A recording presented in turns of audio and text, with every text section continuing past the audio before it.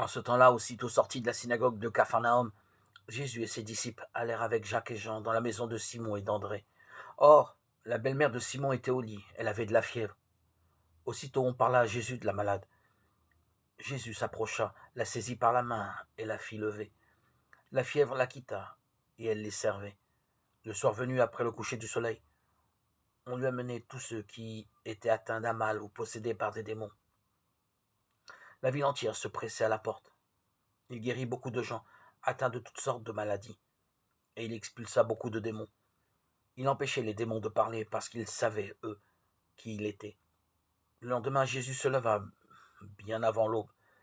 Il sortit et se rendit dans un endroit désert, et là, il priait. Simon et ceux qui étaient avec lui partirent à sa recherche. Ils le trouvent et lui disent: Tout le monde te cherche. Jésus leur dit: Allons ailleurs dans les villages voisins, afin que là aussi je proclame l'évangile, car c'est pour cela que je suis sorti. Et il parcourut toute la Galilée, proclamant l'évangile dans leurs synagogues et expulsant les démons. Marc 1, 29, 39.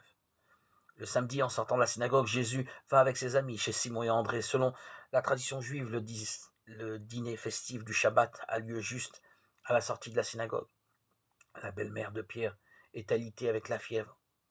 Jésus la fait lever et la fièvre la quitte. Elle se met à leur servir le repas. C'est la femme juive qui préside et crée l'ambiance festive du Shabbat, celle qui allume les bougies avant le coucher du soleil. La belle-mère de Pierre n'allait pas perdre l'occasion de le faire, surtout avec Jésus qui est là. Pour elle, c'est sa façon de célébrer la beauté de la création. Le septième jour, jour de repos pour s'émerveiller et rendre grâce, c'est l'expression de sa foi.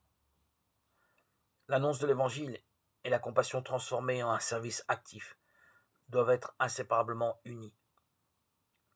Service qui surgit spontanément quand nous trouvons ces moments de solitude, de louange et de prière, pour alimenter la communion avec celui qui est la source et le but de ce que nous sommes et de ce que nous faisons.